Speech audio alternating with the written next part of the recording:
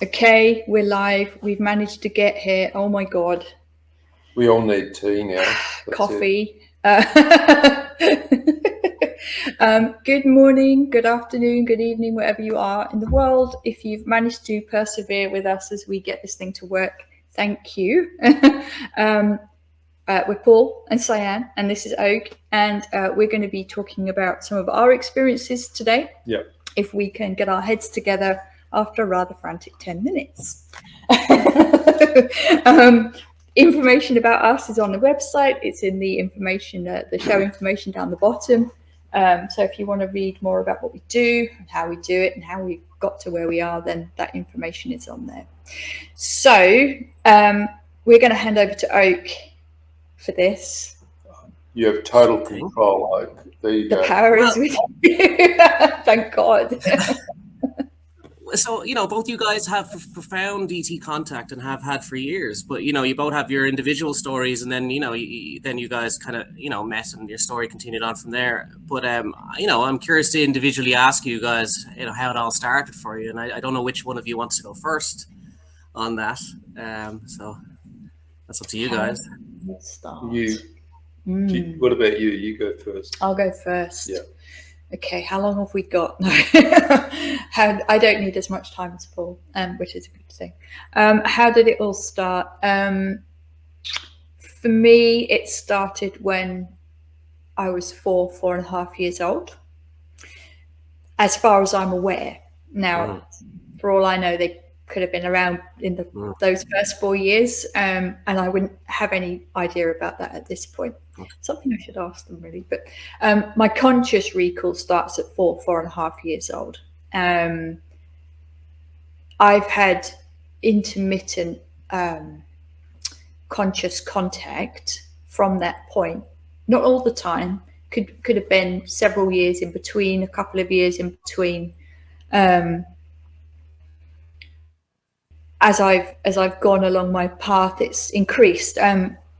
In 2009, I was already sitting for physical mediumship development, and with a small circle of people, meeting twice a week regularly. And in those sittings, the spirit people, for anyone who doesn't know too much about physical mediumship, the spirit people were using the ectoplasm that the body produces, that my body was producing, to show themselves. So they would show their face over me in a ectoplasmic bubble sometimes, or it would look like a holographic image projected in front of my face. Different ways of doing it, but there was always human looking faces. And that's the important thing. And those behind the face, there would be a voice, generally in the voice of the person that was showing their face. So if it was a man, I'd have a man speaking as the face was showing. So that's good. So what happened in 2009 was that the human faces got mixed up with extraterrestrial faces. And so, there's the magic mouse flying across the screen. People, I would come around from, because it's a deep trance state, and they'd come around, they say, Cyan, we're seeing weird faces over yours. They don't look like humans. They look like weird bald-headed things with big black eyes. And I'd be like, no idea what you're talking about. That's really bizarre. And that went on for a number of months, not all the time, and just maybe once or twice during the sitting. But it was persistent. It didn't stop. And then somebody said to me, God, they just look like the beings from Communion. Have you seen the film? I hadn't even heard of the film. I had no idea about the film. E.T. weren't on my radar at all. And so I looked it up, obviously, as you do, and saw the typical British streeters interpretation of how they look. Yeah.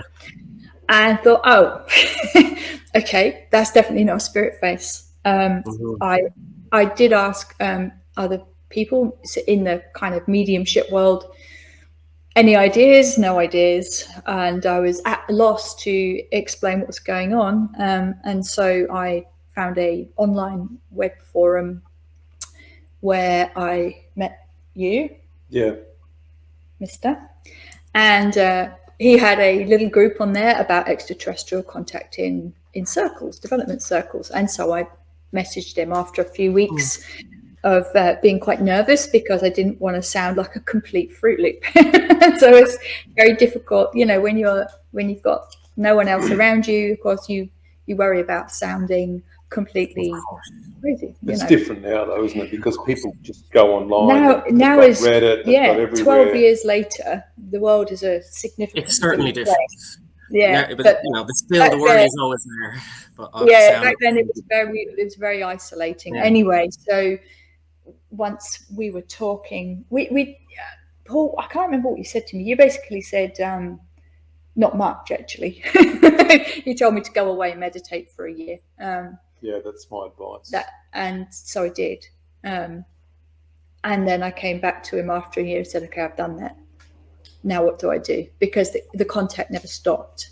Yeah. It increased, and it was increasing to the point where I actually lost the spirit people from the circle, and people would just sit and stare at a transfigured, which means they were showing themselves an extraterrestrial face for an hour twice a week. You know, again, not every week, but most weeks. And you know, I didn't know what to do because, you know, go look that up on the internet. I'd lost my spirit team, and you know, they've been replaced by extraterrestrials. Anyway, so that's pretty much when Paul and I started working together from the other side of the world, opposite side of the world, and we would talk a lot. And it got to the point where my development reached a certain level, and it was basically I had to make a formal choice or decision about how I wanted to proceed. And Paul tried to persuade me for about 3 or 4 months years. not to go that way. Years. Do not work with extraterrestrials. It's too difficult, it's too dangerous, it's too hard, you'll lose your spirit team again. It's just don't bother, basically. But I'm a very persistent person. And although I had no logical reasons at that point as to why I needed to do what to go forward with working with them in a two-way kind of relationship way, rather than them just turning up and, you know, me being passive about it. I just had to do it. I had to do that. And so I did. An inner knowing or an inner drive, I guess.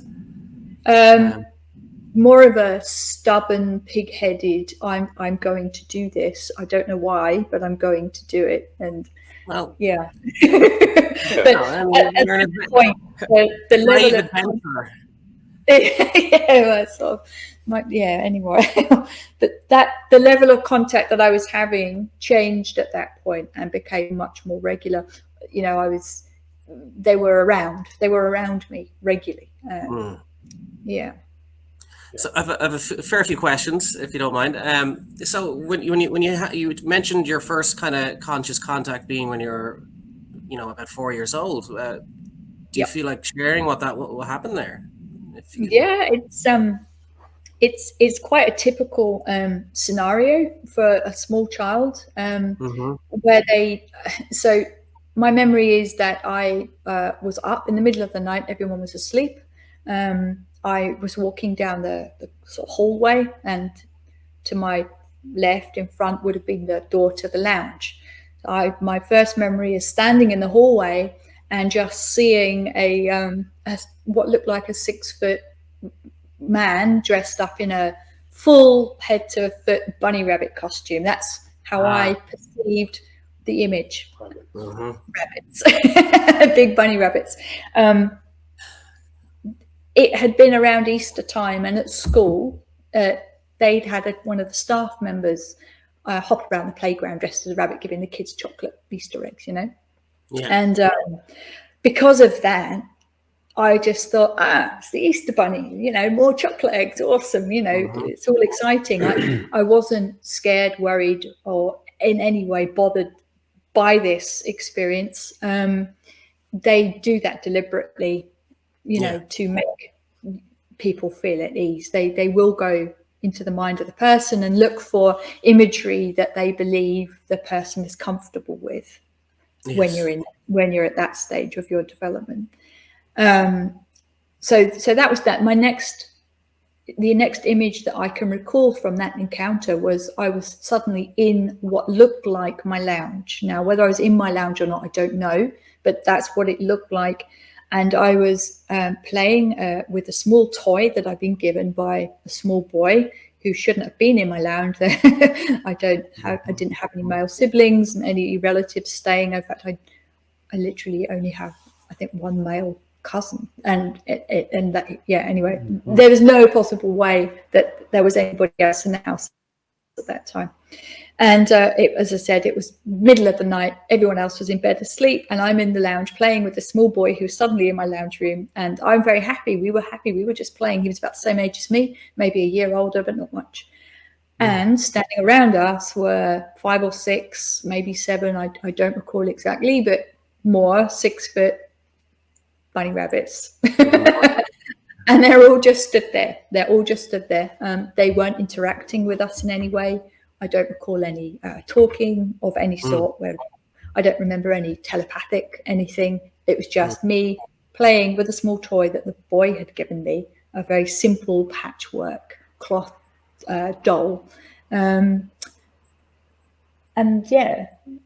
well, that was you. I recognise him from photos that we saw later. So that's what happened at that age. Interesting that I was able to travel from one country to another. Oh, and being more or less the same age as me as well. That's quite clever, yeah. But that's another story. In my front yard, yeah. Yeah, but I didn't have that. So that's my first. Now, I've not needed to have any hypnosis for any of that. That memory has always been with me. Always. I've always had that. And I then spent the next week frantically searching for the small toy that I'd been given that was no longer anywhere. And I remember asking, Mum, where did it go? Where's the toy? Where is it? Where I can't find it. I literally remember looking around behind the chairs in the lounge, around behind the back of the sofa for it, completely gone.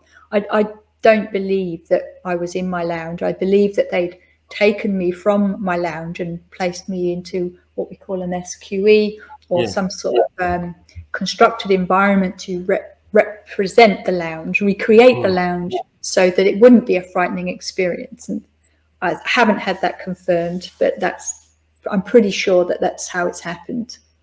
I just can't believe 2 kids could be playing in the lounge room without waking anybody up as well. You know, it's like, well, having said that, when they come, they do knock people out.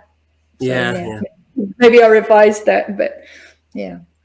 So I'm curious, Sian, so then you found yourself getting into spirit work or mediumship practices, if that's the right term. How did that develop? That's interesting how that came about. I mean, I don't come from a religious background at all. Religion was an optional subject in my household. If you wanted to get involved, you could, and if you didn't, it wasn't an issue. I was very much atheist. I didn't believe in anything. My training was all in archaeology. I was obsessed with archaeology from 9 years old.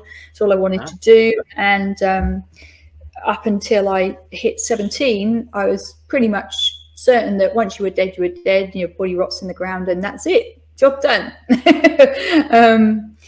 I had an experience with spirit that I didn't recognize what it was at the time, but I knew that it was more than I could explain. I had no idea what it was, and for some reason I felt drawn to go to a spiritualist open circle.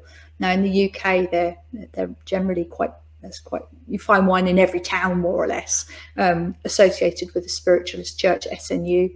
And I was in Bristol at the time, and that's where I ended up going. And I went for the first time and had some profound experiences that led me going back every week. Very quickly, I was developing trance mediumship, just nothing to do with me. It just happened.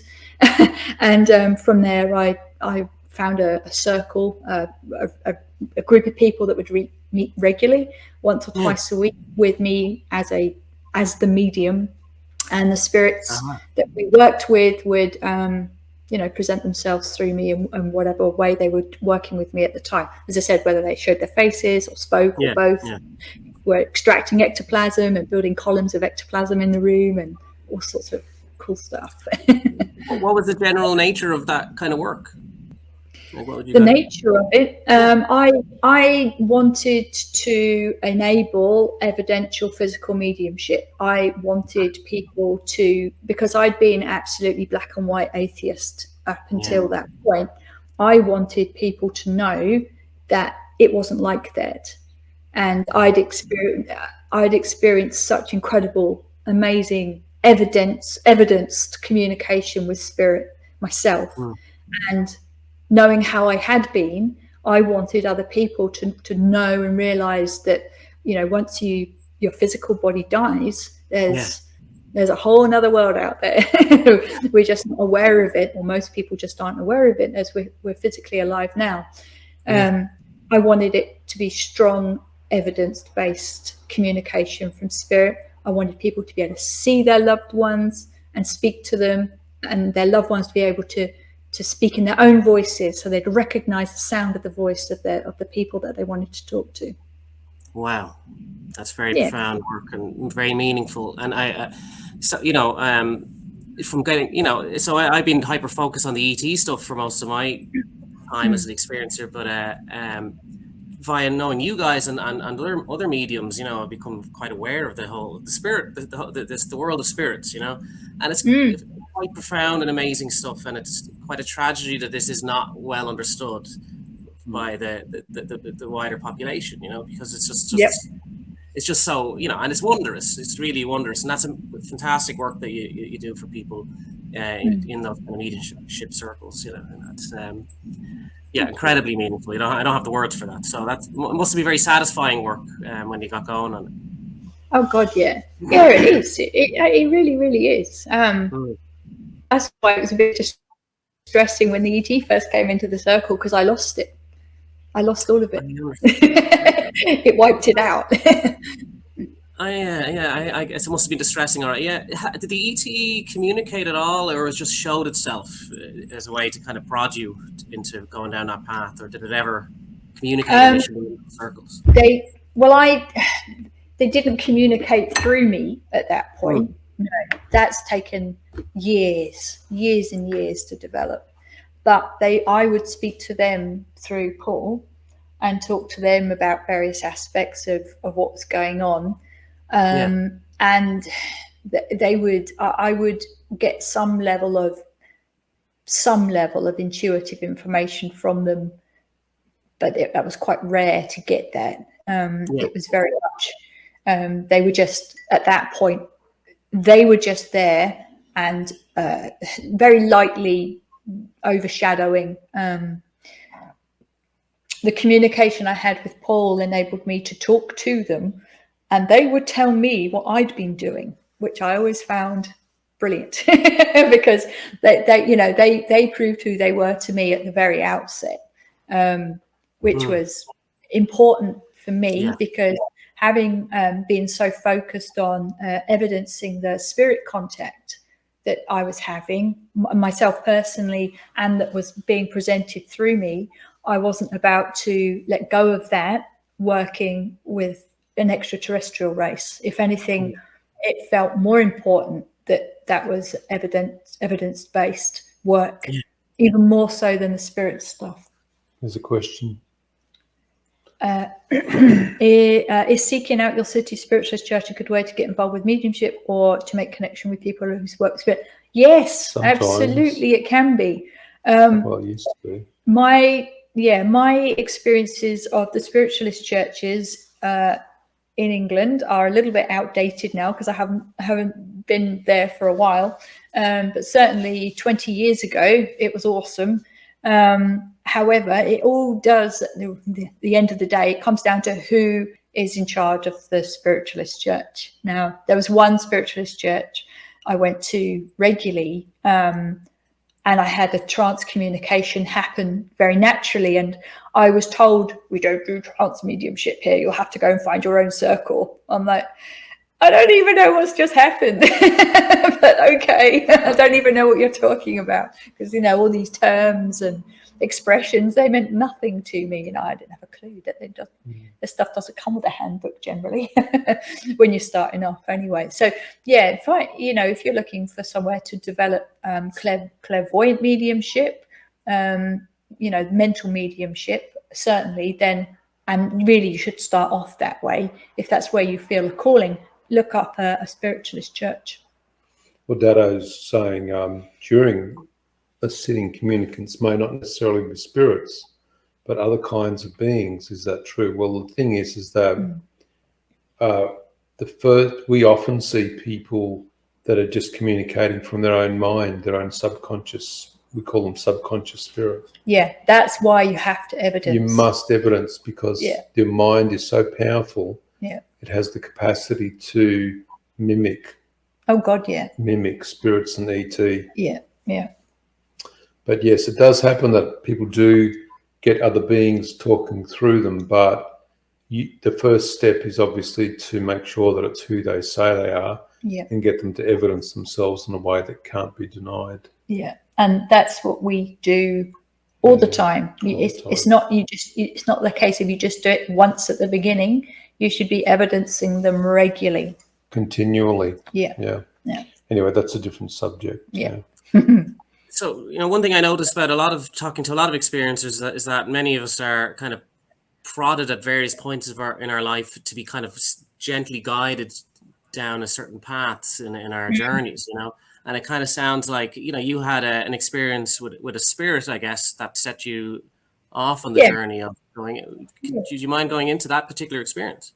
I'll share a little. It was my granddad, basically. He came to me and offered guidance and support when I really needed it, when a particular situation was going on, and I experienced his being there with me so ridiculously clearly. It just totally shocked. It was just a complete shock. It was just like, how the hell did that just happen? I just could not understand it. I heard his voice, I saw him, and associated with that was a massive change in my energy state at the time. And I just knew a combination of all those three things just wasn't me. And I was in no fit state to be even creating that at that particular point. And I think that, and when I added all these things up, because I was training to be I had been doing archaeology for my entire educational career. I didn't just start when I went to university. And so I was trained with a very analytical mind, evidence, what is it, looking at everything from every aspect. And so that's how my brain was working. And I was just like, I don't have an answer for that. I just don't have an answer for that. And I don't even know how I even got to go to a spiritualist church. It just sort of, I feel like I just got thrown in the deep end of it, to be honest. There was no gentle guiding. It was like, you're going to do this whether you want to do it or not. Sometimes the universe whispers at us, other times it kicks us in the face. Absolutely. Some questions came up there. I don't know if you guys want to address them before I... Well, Dado said, if the answer is yes, are they responsible to produce ectoplasm and produce healings? Yes, of course they are. It depends who the beings are, doesn't it? If the answer is yes. If they are an actual extraterrestrial or a spirit person, then they both have the capacity to do both those things. Do ETs ever comment on the phenomenon light language? What is the purpose? The thing is people say light language all the time, but Pentecostals have been using speaking in tongues and various light languages since the very beginning, thousands of years ago. And although some would state that light language and speaking in tongues is different, it's basically still of a spiritual nature. It is. And so that's the difference. And I did ask them about that. They were asked about light languages. There's definitely a reason why. Yeah. But I think they said it was just expressions of consciousness. It's expressions of consciousness. Rather than a specific language from one race or another. Yeah. Yeah, of course. Yeah. Okay, so that's the question. Like, I mean, a very significant aspect of your journey, and it's for both of you, this is that, you know, you guys met in childhood via the ETs, and then ended up rediscovering each other in adulthood. You know, that's quite a, you know, profound and significant thing. It is something I've come across before with other experiences and just from reading experiencer accounts, but it's not exactly an everyday thing, you know, and especially with a memory of meeting on craft and so forth. So it must have been quite, I don't know if ontologically shocking is the word you want to apply to it, but when you eventually did run into Paul on the internet, I imagine it was a bit of a, did you realize instantly this was the child you'd met, or was there a... No, I didn't. Obviously, 50 odd years had passed since 40 years had passed since I'd seen him, because I saw him twice on craft at more or less the same age. The second time when we were about 8, 9, actually probably about 9 or 10 years old. That was the last time we were on the craft together at the same age. So when I went to that website, that forum, there was a picture of him on there, you know, like little profile picture or whatever. And I just remember thinking, I just have to speak to that person. And it was a subconscious pull to that person, but I had no idea why at that point. Yeah. Yeah. When did you first realize that Paul was the boy you met on craft? When I saw the photos of him when he was small. Yeah, we found it in the box. Yeah. He had a stash of lovely old photographs. And I was like, oh, oh my God, you know, that sort of, it was an oh my God moment. Yeah. So, Paul, what was your early? So you've been experiencing since you were a young child yourself. I mean, I think you told me before that it was with spirits that your first encounters were. Do you feel like sharing? No, it was extraterrestrials, but it was also mixed with spirits. This is the thing, and I'm often amazed that anybody wants contact with ET. I never ever wanted contact. It was the last thing I wanted. You could not talk to me about extraterrestrials, even when I was 40. There was no way I would be talking about ET at all, ever. And that's because, like a lot of people that consider themselves to be abducted, that's what was happening to me. I was having full-on physical interaction with them, you know, sort of, even when I was 28, you know, I wrestled 3 of them. They took me down. But it was taken on craft. So I had the classic abduction experience with the ET. Although when I was 5, I wasn't considering myself to be abducted. I'd be on craft and all the rest of it. But as I got older, for some reason, I seemed to forget that I'd been on craft before. I don't know. I've never really resolved that. And I think there's a lot of things that people will never resolve with their contact. Then it became so pronounced, the contact. It wasn't just lights in the sky and all this. It was being taken all the time and me not understanding what was going on. Then, of course, as we've discussed, that phenomenon, that interaction, then also brings in the capacity to see a lot of spirit people. And so I was able to see spirits just like I can see a normal person. And I'd just be walking down the road and bump into somebody and that they weren't there. Or I could stand and talk to somebody and think that they were physical and then realise that they were spirit. And this happened all the time. So, you know, even when I was 20, I was standing there talking to spirit people, thinking that they were physical. And so there was a real blending of all these different realities, all these different realms. And for me, it was confronting. I didn't want to talk about it. There was no one to talk about it either. You couldn't go online. There was no internet, all these sorts of things. Yeah. And so at some point, without having anybody to talk to, you think to yourself, well, I'm either going to confront this phenomenon in my own life, or I probably would just, I don't know what'll happen. I'll go crazy or something. Yeah. And I think making those decisions about that, then that's the corner that most people turn. And I know that everybody's fairly excited and hyped up about disclosure because there's a lot of information coming through about the reality of UAP and USOs and all these sorts of things. That's a good thing, and that's a good place for people to be, because to go through what most people went through in the past was unhealthy mentally, to have to go through that. I'm sure on some level, a lot of people that have been abducted in the past have a high level of anxiety and PTSD in regards to that taking place as well. Absolutely. I spend a lot of time talking to people, trying to help them resolve that, having experienced it myself. Yeah. You know, I know a lot of people go, oh, I had ET and then I had spirit and then I was doing this and, you know, all this. I didn't want any of it. I was quite happy to never, ever hear the word extraterrestrial ever in any conversation, not even watch a movie about extraterrestrials. Yeah.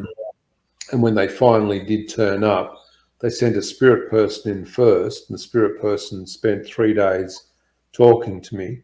And so we sat and watched Deepak Chopra together online for 3 days.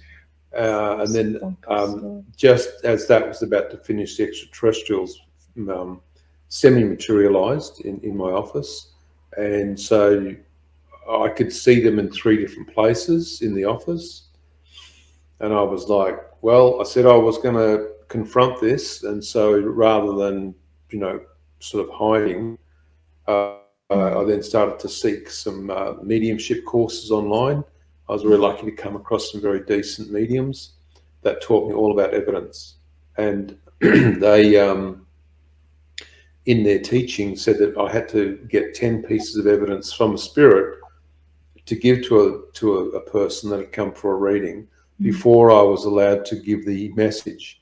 And so over the months of that training, I developed very finely honed skills in regards to talking to spirits, even at the point that I could get dates of birth, death, marriage certificate information, children's names, and I would go away and get that information from births, deaths, and marriages, those sorts of things, or I had friends that would do it for me. And so I started to build a body of evidence around it. It's different to build body of evidence with ET than spirit. Spirit people, you can just go to the records and get their information.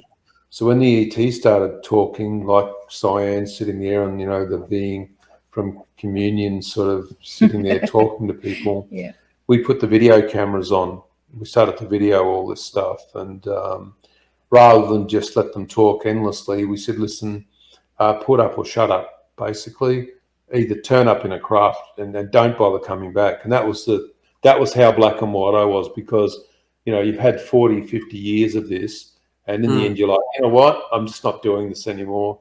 Either turn up or don't turn up. And so they did turn up in craft multiple times, and they turned up when I was 18, when I was, you know, 28, when I was, you know, sort of 40, all these sorts of things.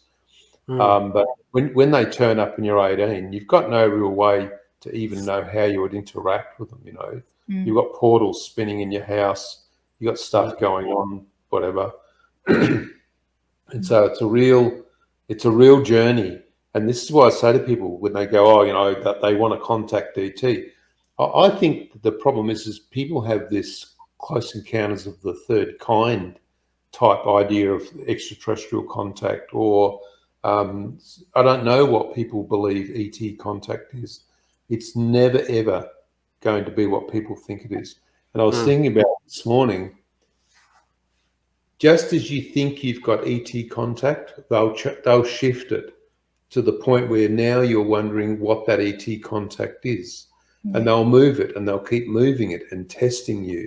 And in the end, what will happen is they're developing you. Well, then that's why they're doing it. Because if they keep coming to you the same way all the time, what happens is you become slack. And so they keep shifting the way that they come to build your capacity, to build your consciousness, and to build your skill level as well. So, you know, I've got hundreds of stories of contact with materialized beings in the house, in front of people, orbs that you could sort of generally pick up if you wanted to. Throw them around the kitchen. If you want to, orbs the size of a meter coming into the house and lighting the whole house up. Yeah, it's been pretty extraordinary.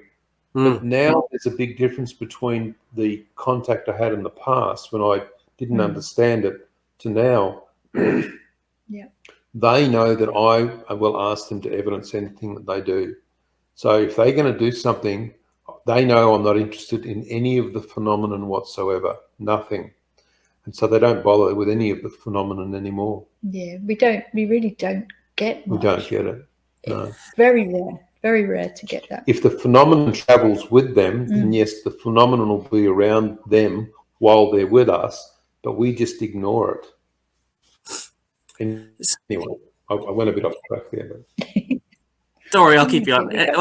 So, like, you know, you've gone through you had a lot of the classic traumatizing abduction type scenarios throughout your youth, and at the time, you know, I don't know what stage throughout that you realize, okay, this is ETs I'm dealing with, and you know you know, they have complete control and power and all this kind of stuff, and it's quite daunting. You know, we can feel quite helpless in that situation.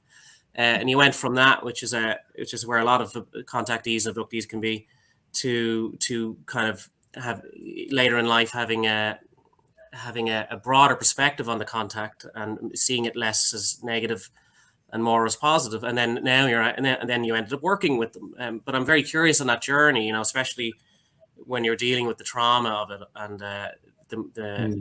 and how that was for you. With some of those. It's if you ask any person that's had what they believe to be abduction experiences, the amount of time that they'll sit staring at the wall, trying to work out what's going on, the amount of time they're doing that internal cognitive searching and resolution, the amount of times that they're fighting the anxiety to run, being terrified. Yeah. And any person that listens to this that has actually been abducted by extraterrestrials would be nodding their head going, absolutely. Yeah. Because I know, and I've said this before, there's people that are abducted, and then there's a scale all the way through to the C5 contact and looking at lights in the sky. And the people down this end, they've really done it hard. I mean, really done it hard. And I just can't stress enough how sorry I feel for people that actually have had that level of contact. I know people that have tied themselves to their beds. Yeah.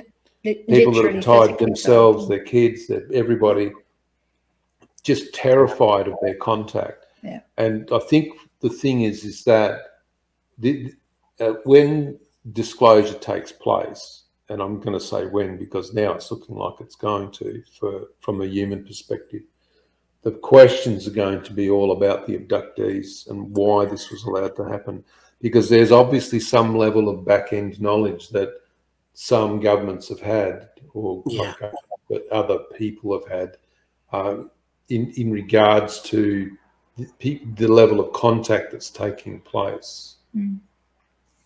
There's just a question there that I thought was worth addressing. Still trying to wrap my head around the difference between the ET and the phenomena. Yeah, so and I'll give you an example that's probably not very good, but imagine somebody has telekinetic abilities. The person's able to, say, move a small item just with their energy. The person is the root person, but the symptom, the phenomenon, is the telekinesis. Yeah. And so what you're seeing is when you see something move, you're just seeing the phenomenon created by the being, by the person. And so with the beings, the phenomenon actually travels around them in the fabric of their own consciousness. And as they move through into our fabric, into our consciousness, into our space, all the phenomenon starts to trigger. It triggers phenomenon around us, even to the point where some of the phenomenon is triggered by us as well. So now we are seeing one thing and then go, I want to see an orb. The next thing you see an orb pop up. And so, you know, I often say when people go outside and do CE5, they look up and they all say, we want to see a craft. The next thing, there's a flash of light and everyone sees a craft. Well, the thing is, you are, or could be actually not even interacting with a craft. You could be interacting with your own consciousness. Your own phenomenon. Your own phenomenon. And this is why contact is not clear in any way, shape or form. It is not clear. And the only way that you can truly understand contact is if they are with you in the house with witnesses to evidence what's going on. And a lot of people that do get ET coming into their house, and I've been reading more and more about this, is often the people that are there are actually frozen, as if frozen in time. Yeah. And they may have their mouths open and be staring ahead. Yeah. That's also not evidence, because you have no idea whether that's a level of screen memories or not. Now, you put up a video yesterday into the Experiences group on Reddit, and that was created years ago, that cartoon It's movie. very good. It's very good. But notice one thing. Back in the 90s, they were talking about people being contacted and frozen solid in place. I suggest that a lot of people watch that, because that's got a lot in it, a lot of information, about contact. So that's the difference between phenomenon and extraterrestrials. But it's like moving, you know, through a holographic environment, you know, on the holodeck. You got no idea what you're dealing with. You don't know whether you're dealing with the technology producing the holodeck and the ability for you to experience it, or whether you're actually experiencing something that's outside of the technology's capacity. Yeah. So just to kind of bring it back to you know, that transition you had from being traumatized by these encounters and you know, dealing with a major fear to coming to terms with them and then working with them. So like, how was that process of overcoming the fear and the trauma from these encounters and realizing these are entities you want to work with and that you actually like, you know? All right. Well, this story is a bit different than what most people's is. So I was down in Sydney, and some people were talking about extraterrestrials, and I'd been sitting as a developing medium for a long time and was just sitting for spirit people. But I noticed that I kept getting like cyan ET people coming in, and it was like being on a seesaw. One minute you've got strong spirit contact, the next minute you've got strong ET contact. And there's a process called the skull experiment that had taken place with Robin Foy. And the skull experiment, they were getting a lot of contact with extraterrestrials using a germanium crystal and using the Alice portals. And Robin Foy's passed over now, but he did a lot of good work when he was younger with a couple of decent mediums as well. And so I had started to sit in regards to working with the sort of skull process methodology. But what had happened with the skull experiment in year 5, the skull experiment was shut down because the Alice portal became corrupt by beings on the timeline. So here we're about to go into some real woo, okay, when we talk about this stuff. But it was all documented and evidenced by Robin. And so I had decided to follow the steps of some of the skull stuff, and was sitting and doing the same processes. And what happened was because I already had some extraterrestrial contact, but not in a way that I understood, it actually amplified the process exponentially. I would now have ET walking around the house and giving people healing and things that people go, this just doesn't sound right. This doesn't sound like it's possible. All the lights, the lights in the house would blow. The bulbs in the rooms would blow. The animals didn't know where the floor was anymore. I had a cat that would try and sit up on the wall all the time. And I would be saying, this isn't working. You're not interacting with the three-dimensional fabric correctly. You're just bringing your own consciousness into the house, and it's causing everything else to become very distorted. And then what happened was, because Skull got shut down, they said that it was because that beings from the future of the timeline, were trying to take a sample of the reality of now, because they wanted to shift what had taken place in the future. Now, this sounds very, very science fiction-y type stuff. So anyway, I was doing a sitting down in Sydney, and I was with a spirit person, and the spirit person suddenly was with me, but then they started to bend away, and as they were bending away, it looked like they were bending in energy. People were saying that they were sensing this very strong portal on my right-hand side, and the spirit person said to me, something's not right, I need to leave. And I said, yeah, you better go. One of the ET came into the sitting through me and looked and said, beings from the future are trying to distort the timeline. They're trying to take a sample, exactly the same as Skull. We need to shut this down. And so they shut it all down, and the sitting finished. At that point in time, there was cognizance in regards to what was taking place in the timeline, why beings from the future would want to take specific information about what's happening now. Now, have a look at what's going on now and think about the future, and then come up with your own sort of thoughts about that.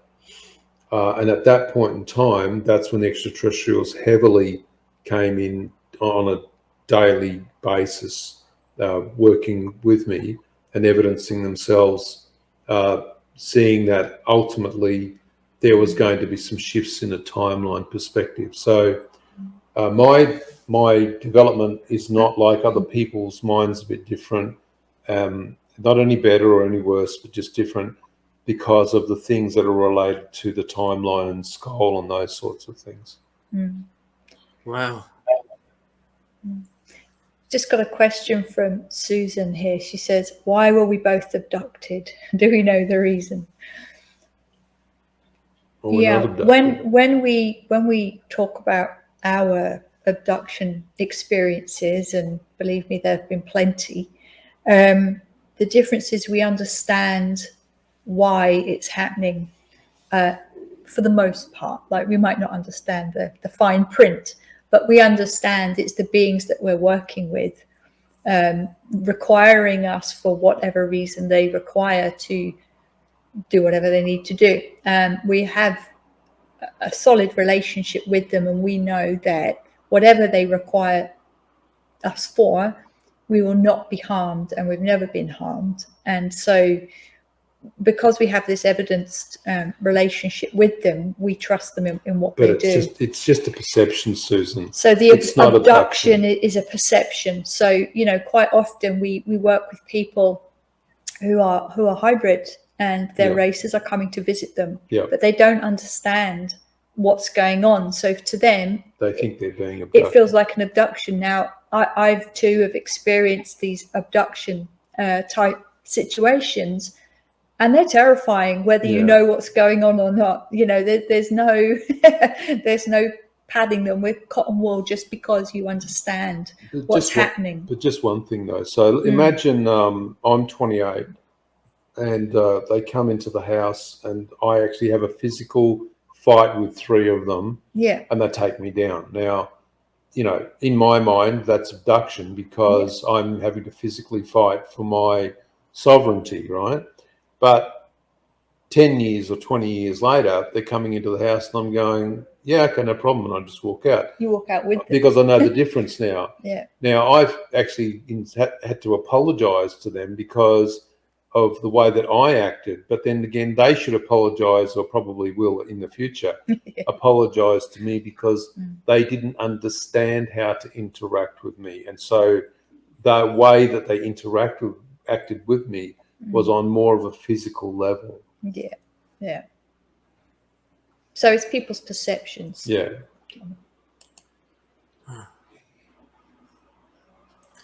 Yeah. So you've discussed that particular incident with them, Paul? Is it like from when you were 28, and from what I recall of that story, you woke up and there was 3 greys out in the landing, and they basically they weren't expecting you to wake up, and so both of you guys crossed paths, and they sprung into action and wrestled you essentially to knock you out. Well, I got up, got dressed, and didn't turn the lights on because it was sort of like dawn. You could just see the light coming through. Walked out in the kitchen, and as I reached out to touch the light switch, I heard this shuffling behind me, and I looked into the corner, and there was a little 2-foot grey or Zeta, and he just lunged at me, and I had him. He was on this arm here, and I looked down. I remember seeing the 3 fingers. I've only got 3 fingers this race. And then I thought, what the hell is this thing, right? So I've got this thing going. I'm trying to tear it up. I thought it was a rat, And next thing I look over, and there's one on the other side. Each jump. So now I've got one on each arm. That was pretty strong. You're 28. You're pretty strong. And so I'm terrified. Don't get me wrong, but I'm wrestling with these 2. And I'm thinking, I had them. There was no way they had me until the 3rd one got me. And the 3rd one jumped up, grabbed me by the head, had its legs on my shoulders. And the 3 of them, we just all went down because the 3rd one rushed at me so hard, he knocked me off my feet. And so now we're all on the floor, and I'm trying to, fight with these 3 extraterrestrials. And I'm sure that this is probably played on Planet as a movie of what you shouldn't try and do with a human, right? This is what they'd probably do, Abduction 101 class or something.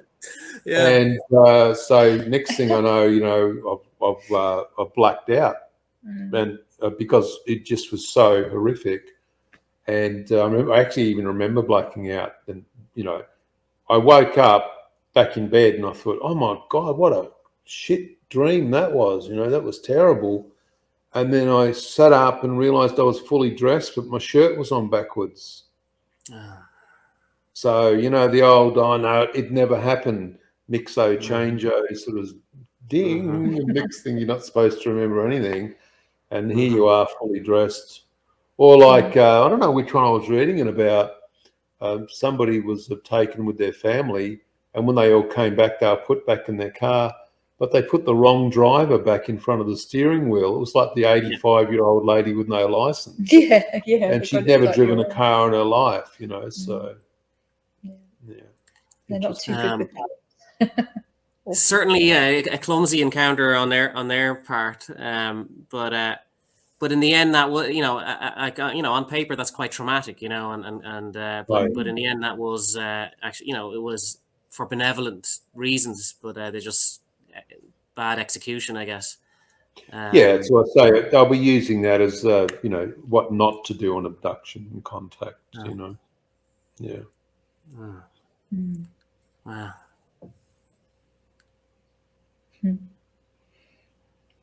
Yeah. I agree with that.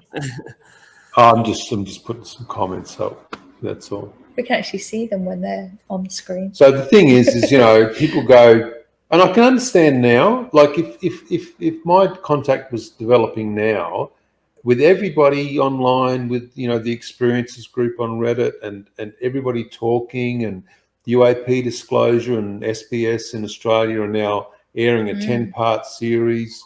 10 episodes in a series about UFO contact in Ireland, and it's so interesting.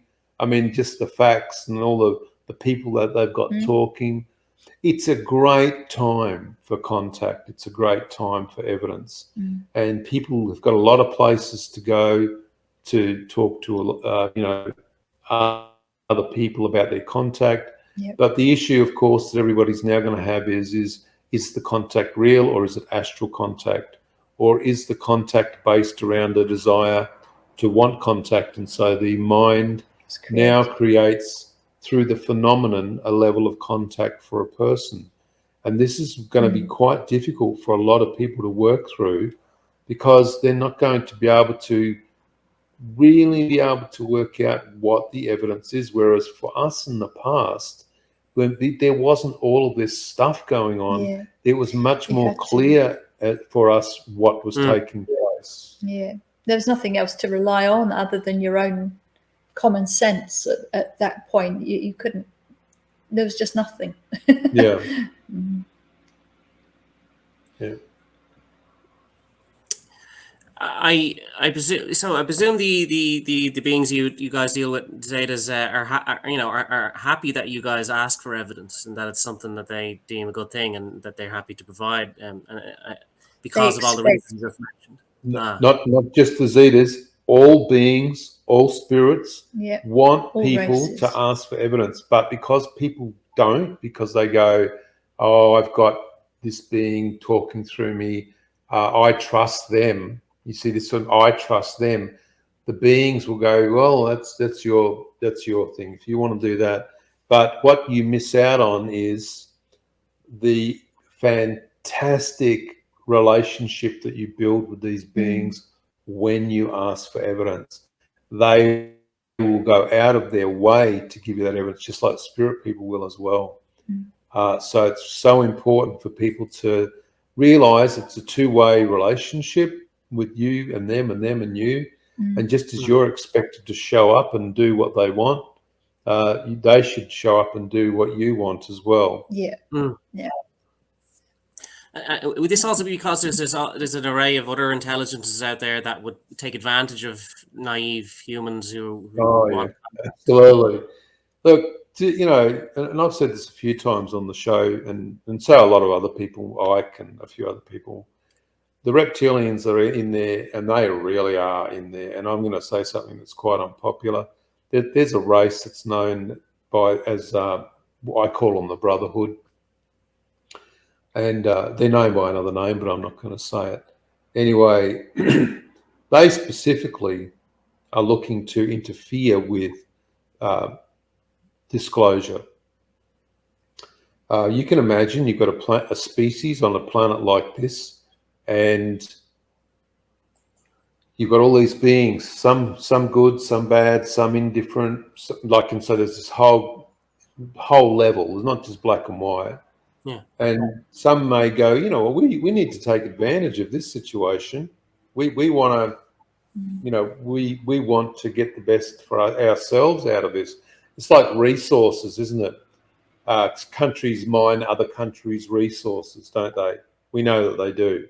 And then, of course, they pay for those resources at a cheaper price. Beings do the same thing. They see humans as a resource. And people need to understand that we can't just walk blindly into ET contact. We have to use some level of common sense and maturity, because if we don't, you're just going to find a lot of people will never evidence anything. They'll never get the proper guidance they were supposed to get. So let's imagine that Cyan's my guide, yeah? And she's in spirit.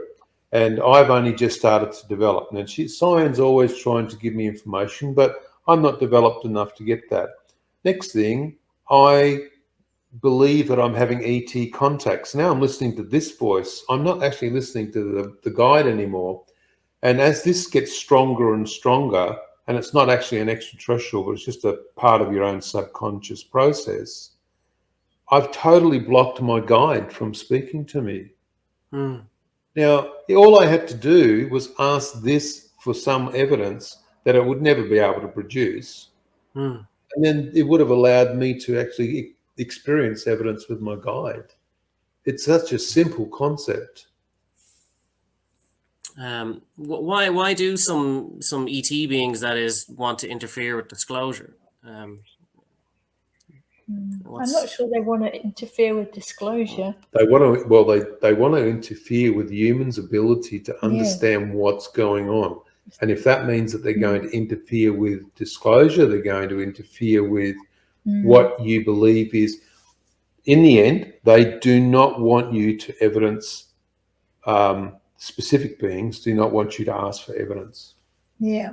They'll talk and talk and talk, and 10 years later, they'll still be talking and making promises that will never, ever be fulfilled. Yeah. But, and we see this all the time, but that's exactly what they want. They just want to keep you amused. This basically leads an experiencer off on the wrong path and maybe prevents them from doing the work they could have been doing if they didn't go down that path. Imagine if you're going to be a healer and do be a significant healer, and the being that you're supposedly got working with you keeps you off that path for their own purposes. It's a question from Susan now. What's the question? Does one assume if you are from a higher dimension, you are good? Okay. The thing is let's talk about perspective. Just because something looks like it, just because somebody or entity says it's from a different dimension, we should never make an assumption that they are of a higher nature than us. They could just be of a different frequency. It's like a radio, hundreds of radio stations, all different frequencies, all putting out different information, different types of music, but not really one better than the other. If love is the highest form of communication, it doesn't matter whether you're displaying love from a three-dimensional space or a ninth dimensional space, it's still love, right? So if that's the possibility, then of course, if you're naive in a three-dimensional space and you're naive in a ninth dimensional space, you're still naive. Yeah. You know, the reptilians are from using the concept of dimensional spaces and vibrations and frequencies. They are higher than humans. They are more advanced than humans. Generally speaking, I wouldn't want a reptilian around me at any point. Well, they do try. Reptilians are behaviour based, but they're behaviour based. That's right. Behaviour based, and so they try and amplify your negative behaviours. Yeah. That's what they do. Yeah. And that JMDES8 says Indigenous teachers are very adamant about verifying. Yep, absolutely. I don't want to talk too much about that, but it's definitely the Western cultures where that are not performing that function, and they should be much more. Yep. All right. Look at the time. Well, we started a few minutes late, and it's past that. So maybe one more question. If Connor's Oak's got one more question. I'm just more on the statement of like, in the West, because we've denied that any of this is true at all for so long, that just the fact that there's truth to this is just people are just blowing their minds with that, and they're not even thinking about all the ramifications and the details and what not all there could be negative beings and as well as positive beings and all that kind of stuff, So people are kind of dazzled by just awakening to this whole reality that Indigenous cultures have been aware of for a long time. So we're like, the West is like babies waking up, I guess, to a lot of this. Well, you've got Indigenous cultures that have been doing this for hundreds of thousands of years, interacting with it. Yeah. And as you say, Western cultures are now just waking up to it. But then again, who's presenting the physical information as well? You see, you've got to think about that. Look, in the end, when all this just comes out, okay, it's all, and I say this, so yesterday it all came out, and today we all go, okay, we know that it's real, the ET are real, everything's fine, there's no more cognitive dissonance anymore, we just know what's happening. What's everybody going to be doing? Trying to connect. They're going to be trying to connect. You're going to see an exponential increase in people trying to connect. You're going to see an exponential increase in people channeling their own mind and telling everybody that it's an ET. There will be no evidence. It's going to be an absolute mess. Certainly an interesting time. Yeah, with some baby steps, but it's still, I think, better than us being trapped in ignorance and having the wrong idea of how the world and reality works, you know. Yeah, but the thing is that as long as people go, well, okay, that person can channel as much as they want, but until they provide some level of evidence or in regards to the beings healing somebody or whatever, and the minute they do that, it doesn't mean everything that then comes out of their mouth is gold either. It just means that you just need to use your common sense when you're dealing and listening and you know, taking in information. That's all, really. Yeah, just like with a lot of other things. Yeah. Remaining vigilant as an experiencer is very important as well. Absolutely. Yeah. Well, thank you, Oak, for putting up with our technical hiccups. Yeah. We got there in the end. Thank you for everybody for bearing with us as well. And thanks for everyone for coming on and asking some really great questions, awesome questions as well. Thank you. Hopefully next week we can just run the show without any issues. It'll be really nice. No idea. I won't tempt fate. If anyone's watching and wants to get in touch, all our contact details are on the website. Down the bottom. And don't forget to subscribe to the Zeta Connection on YouTube. Yeah, we're thinking about maybe doing some live broadcasts from YouTube. Yeah. So if you want to be notified of those, you'll need to subscribe. You'll need to subscribe. Yeah. All right. Still thinking about that, aren't we? Oh, absolutely. All right, guys. Thanks for being with us. See you next week. Thanks, everybody. Thanks, guys. Bye. See ya. Bye. And end.